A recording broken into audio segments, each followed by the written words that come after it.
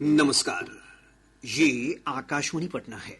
अब आप खालिद रशीद से प्रादेशिक समाचार सुनिए। पहले मुख्य समाचार। उपराष्ट्रपति चुनाव के लिए आज संसद भवन परिसर में होगा मतदान। मतगणना शाम 6 बजे शुरू होगी। सर्वोच्च न्यायालय ने आधार कार्ड को मतदाता सूची के विशेष गहन पुनरीक्षण एसआईआर के तहत 12वें दस्तावेज के रूप में मान्यता दी। नेपाल सरकार ने युवाओं के हिंसक विरोध प्रदर्शनों के बाद सोशल मीडिया साइटों पर प्रतिबंध हटाया। प्रदर्शन में 19 की मौत, 300 से अधिक घायल। और प्रदेश के विभिन्न हिस्सों में मानसून फिर हुआ सक्रिय। मौसम विभाग ने आज किशनगंज और अररिया जिले में कुछ स्थानों पर भारी बारिश की चेतावनी जारी की।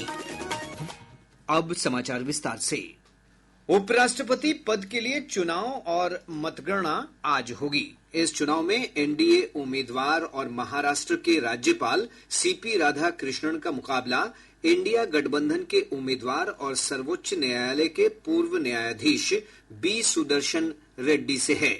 एक रिपोर्ट। उपराष्ट्रपति का चुनाव संसद के दोनों सदनों के सदस्यों से मिलकर बने निर्वाचक मंडल द्वारा किया जाता है। इस चुनाव में गुप्त मतदान की प्रक्रिया अपनाई जाती है। निर्वाचक मंडल के सदस्य अपनी इच्छा के अनुसार मतदान कर सकते हैं और वे संबंधित पार्टी के व्हिप से बाध्य नहीं होते। उपराष्ट्रपति के चुनाव में डाले गए प्रत्येक वोट का मूल्य समान होता है। वर्तमान में लोकसभा में 542 सदस्य और राज्यसभा में 239 सदस्य हैं। इस बार उपराष्ट्रपति चुनाव के लिए निर्वाचक मंडल की कुल संख्या 781 है और जीत के लिए बहुमत का आंकड़ा 391 है। मतदान सुबह 10 बजे शुरू होगा और शाम 5 बजे तक चलेगा। मतगणना शाम 6 बजे के बाद की जाएगी। पहली बार उपराष्ट्रपति का चुनाव नए संसद भवन में आयोजित होगा। दीपेंद्र कुमार, आकाशवाणी समाचार, दिल्ली। सुप्रीम कोर्ट ने आधार कार्ड को मतदाता सूची के विशेष गहन पुनरीक्षण एसआईआर के तहत 12वें दस्तावेज के रूप में मान्यता दे दी है। अभी तक एसआईआर के लिए 11 दस्तावेज निर्धारित थे। बिहार में जारी एसआईआर को चुनौती देने वाली याचिकाओं पर सुनवाई करते हुए न्यायमूर्ति सूर्यकांत और न्यायमूर्ति जॉय माल्या बागची की पीठ ने यह आदेश सुनाया। पीठ ने कहा कि आधार को भले नागरिकता का दस्तावेज नहीं माना जा सकता है, लेकिन इसे वोटर के पहचान के एक दस्तावेज के रूप में स्वीकार किया जा सकता है। बिहार विधानसभा चुनाव में टिकट बंटवारे को लेकर कांग्रेस की स्क्रीनिंग कमेटी की बैठक आज दिल्ली में होगी। इस बैठक में कांग्रेस के प्रदेश अध्यक्ष राजेश राम, बिहार प्रभारी कृष्णा अल्लावरू, विधानसभा में पार्टी के नेता शकील अहमद खान और विधान परिषद दल के नेता मदन मोहन झा सहित कई वरिष्ठ नेता मौजूद रहेंगे। प्रधानमंत्री नरेंद्र मोदी ने राष्ट्रीय जनतांत्रिक गठबंधन के सांसदों से अगली पीढ़ी के वस्तु और सेवा कर जीएसटी सुधारों की जानकारी लोगों तक पहुंचाने का आग्रह किया है। श्री मोदी ने भाजपा और एनडीए सांसदों की 2 दिवसीय कार्यशाला के समापन सत्र को संबोधित करते हुए ऑनलाइन गेमिंग प्रोत्साहन सहित विभिन्न महत्वपूर्ण कानूनों के लाभों के बारे में जागरूक करने को भी कहा है। भाजपा नेता और संसदीय कार्य मंत्री किरेन रिजिजू ने कहा कि उपराष्ट्रपति चुनाव के बाद सांसद प्रधानमंत्री के संदेश को अपने अपने निर्वाचन क्षेत्रों में ले जाएंगे। स्वतंत्रता दिवस पर लाल किले की प्राचीर से प्रधानमंत्री नरेंद्र मोदी ने दिवाली तक वस्तु और सेवा कर जीएसटी में नए सुधारों की घोषणा की थी। जीएसटी परिषद ने 3 सितंबर को आम लोगों को राहत प्रदान करने के लिए दरों को युक्ति संगत बनाने की मंजूरी दी। इन सुधारों से कई क्षेत्रों के कर दरों में कमी आएगी और नागरिकों का जीवन आसान होगा। आज हम कॉस्मेटिक यानी सौंदर्य प्रसाधन क्षेत्र के लिए किए गए सुधारों को बताएंगे। हमारे संवाददाता की रिपोर्ट है कि जीएसटी में सुधार आम आदमी पर केंद्रित है और इस महीने की 22 तारीख से इसे लागू किया जाएगा।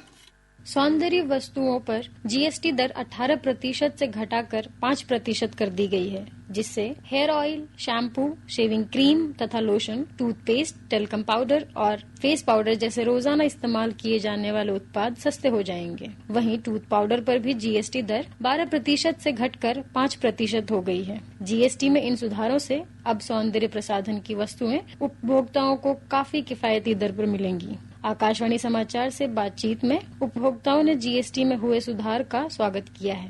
मैं एक कॉलेज स्टूडेंट हूँ और मैं घर से बाहर रह रही हूँ, तो हमारी एक फिक्स पॉकेट मनी होती है जिसमें हमें बहुत सारी चीजें लेनी होती है। हमारा इसेंशियल आइटम जैसे shampoo, face powder, talcum powder और मेकअप प्रोडक्ट्स वगैरह भी लेने पड़ते हैं, तो हमारा बहुत सारा खर्चा हो जाता है। जीएसटी ड्रॉप होने से हमें बहुत फायदा हुआ है, जिससे हमारी पॉकेट मनी बचेगी। जीएसटी परिषद के इस कदम से भारत के सौंदर्य प्रसाधन क्षेत्र को और मजबूती मिलेगी। रोहन के साथ दिलनशी आरजू, आकाशवाणी समाचार, दिल्ली।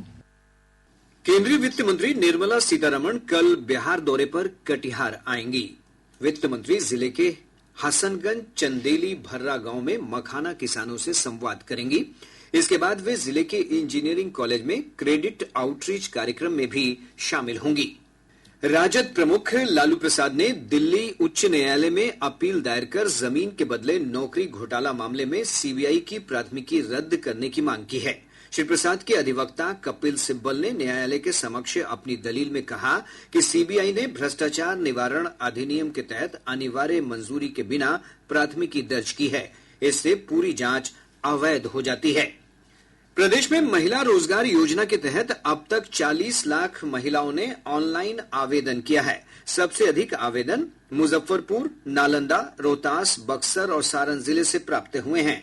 जीविका के मुख्य कार्यपालक पदाधिकारी हिमांशु शर्मा ने बताया कि योजना के अंतर्गत पहली किस्त के रूप में प्रत्येक महिला को 10-10 हजार रूपये दिए जाएंगे। प्रादेशिक समाचार आप आकाशवाणी पटना से सुन रहे हैं। ताजा समाचारों के लिए आप हमारे एक्स हैंडल AIR News _ पर जा सकते हैं। नेपाल सरकार ने युवाओं के हिंसक विरोध प्रदर्शन के बाद सोशल मीडिया साइटों पर प्रतिबंध लगाने के अपने फैसले को वापस ले लिया है। इस विरोध प्रदर्शन में 19 लोगों की मौत हो गई, जबकि 300 से अधिक लोग घायल हुए हैं। गौरतलब है कि 3 दिन पहले नेपाल सरकार ने फेसबुक और एक्स सहित 26 सोशल मीडिया साइटों पर प्रतिबंध लगाने का आदेश दिया था, क्योंकि ये नेपाल सरकार के साथ पंजीकृत नहीं थे। इधर प्रधानमंत्री केपी शर्मा ओली ने हिंसक विरोध प्रदर्शन की जांच के लिए एक समिति गठित करने का आश्वासन दिया है। उन्होंने कहा कि मृतकों के परिवारों को सहायता प्रदान की जाएगी तथा घायलों का मुफ्त इलाज किया जाएगा। इस बीच हिंसक विरोध प्रदर्शन के बाद नेपाल के गृह मंत्री रमेश लेखक ने नैतिक आधार पर अपना इस्तीफा दे दिया है।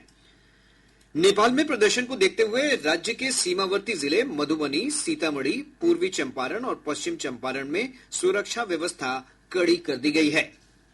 केंद्रीय स्वास्थ्य और परिवार कल्याण मंत्रालय के निर्देश पर रेबीज की रोकथाम के लिए प्रदेश के सभी जिलों में एंटी रेबीज इंजेक्शन के लिए शिविर लगाए जाएंगे। इस संबंध में स्वास्थ्य विभाग ने सभी जिलों को निर्देश जारी किया है। मंत्रालय की ओर से 28 सितंबर को होने वाले विश्व रेबीज दिवस को लेकर सभी जिलों में मास ड्रग ड्राइव चलाने का निर्देश दिया गया है। इसके अलावा स्कूलों में भी रेबीज के लक्षण और बचाव के बारे में जानकारी देने को कहा गया है। गया जी में चल रहे पितृपक्ष मेला महासंगम में बड़ी संख्या में श्रद्धालु पितरों की मोक्ष प्राप्ति के लिए तर्पण कर रहे हैं। हमारे संवाददाता ने बताया है कि अब तक 4 लाख से अधिक लोगों ने पिंडदान किया है। एक रिपोर्ट।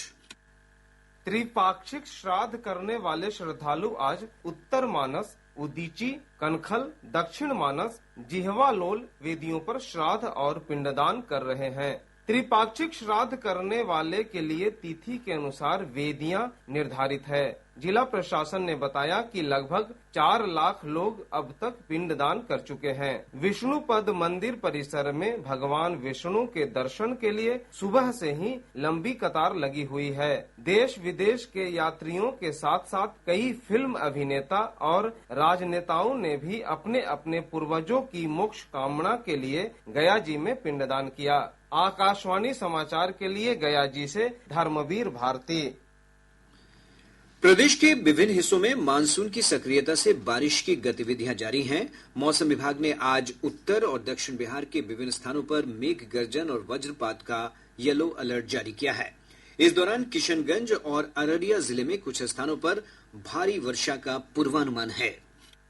दिनांक 9 सितंबर 2025 को राज्य के उत्तरी भागों के अधिकांश स्थानों एवं दक्षिणी भागों के कुछ स्थानों में हल्की से मध्यम वर्षा की संभावना है। राज्य के उत्तर एवं दक्षिण पश्चिम भागों के जिलों के 1 या 2 स्थानों पर मेघ गर्जन, वज्रपात और तेज हवा 30 से 40 किलोमीटर प्रति घंटा चलने की संभावना है। राज्य के किशनगंज और अरिया जिलों के 1 या 2 स्थानों पर भारी वर्षा होने की संभावना है। राज्य सरकार ने औरंगाबाद जिले की विभिन्न विकास योजनाओं के लिए 59 करोड़ रुपए की मंजूरी दी है। उप मुख्यमंत्री सम्राट चौधरी ने बताया कि इसके अंतर्गत जिला मुख्यालय में अटल कला भवन निर्माण के लिए 19 करोड़ 73 लाख रुपए की स्वीकृति दी गई है। बांका जिले के लेलिया स्थित औद्योगिक प्रशिक्षण संस्थान में आयोजित प्रधानमंत्री राष्ट्रीय अप्रेंटिसशिप मेले में विभिन्न कंपनियों द्वारा 30 अभ्यर्थियों का चयन किया गया है। पश्चिम चंपारण जिले के बगहा में भैरोगंज के पास रेलवे दोहरीकरण कार्य से प्रभावित परिवारों ने अंचल कार्यालय के सामने धरना प्रदर्शन किया। लगभग 65 घरों के लोगों ने अभियान बसेरा के तहत वास भूमि की मांग की है। अंचलाधिकारी नर्मदा श्रीवास्तव ने समस्या के निदान का आश्वासन दिया है। सीतामढ़ी जिले में जल संकट की समस्या को लेकर बाजपट्टी से राजद विधायक मुकेश कुमार यादव 2 दिन से अंबेडकर स्थल पर आमरण अनशन कर रहे हैं। उन्होंने राज्य सरकार से जल संकट का समाधान करने की मांग की है। अररिया जिले के भरगामा थाना क्षेत्र अंतर्गत रहरिया में मेला क्षेत्र में छापेमारी कर पुलिस ने एक अपराधी को एक पिस्टल, 5 जिंदा कारतूस, मैगजीन और एक बाइक के साथ गिरफ्तार कर लिया। पटना पुलिस की टीम ने बिहटा के अमनाबाद और मनेर के पिथलौटिया में सोन नदी में चल रहे अवैध बालू खनन में शामिल 6 लोगों को हथियार और कारतूस के साथ गिरफ्तार किया है। बक्सर जिले के डुमरांव में पुलिस ने 2.5 किलो मादक पदार्थ हेरोइन के साथ एक दंपत्ति समेत 5 लोगों को गिरफ्तार कर लिया। अरवल जिले के प्यारेचक स्थित सरवा माध्यमिक विद्यालय में एनीमिया कैंप और जागरूकता रैली का आयोजन किया गया। अब पटना से प्रकाशित प्रमुख समाचार पत्रों की सुर्खियां। आज के सभी समाचार पत्रों ने अलग अलग खबरों को प्रमुखता से प्रकाशित किया है। हिन्दुस्तान की सुर्खी है, बिहार की सरकारी बसों में अब ऑनलाइन टिकट की सुविधा। मुख्यमंत्री नीतीश कुमार ने 1065 बसों में ई टिकट सेवा का आगाज किया। प्रभात खबर ने मुख्यमंत्री नीतीश कुमार की घोषणा को तरजीह देते हुए लिखा है, सेविका को 9,000 और सहायिका को 4,500 मानदेय। आज कैबिनेट में मुहर संभव। केंद्रीय जल आयोग की रिपोर्ट को दैनिक जागरण ने प्रमुखता से प्रकाशित करते हुए लिखा है, बिहार सहित देश के 25 नदी स्थलों पर गंभीर बाढ़ का खतरा। दैनिक भास्कर की विशेष खबर है, बिहार देश का तीसरा सबसे तेज विकास वाला राज्य, 1 साल में 8.64% की छलांग। और अब अंत में मुख्य समाचार एक बार फिर। उपराष्ट्रपति चुनाव के लिए आज संसद भवन परिसर में होगा मतदान। मतगणना शाम 6 बजे शुरू होगी।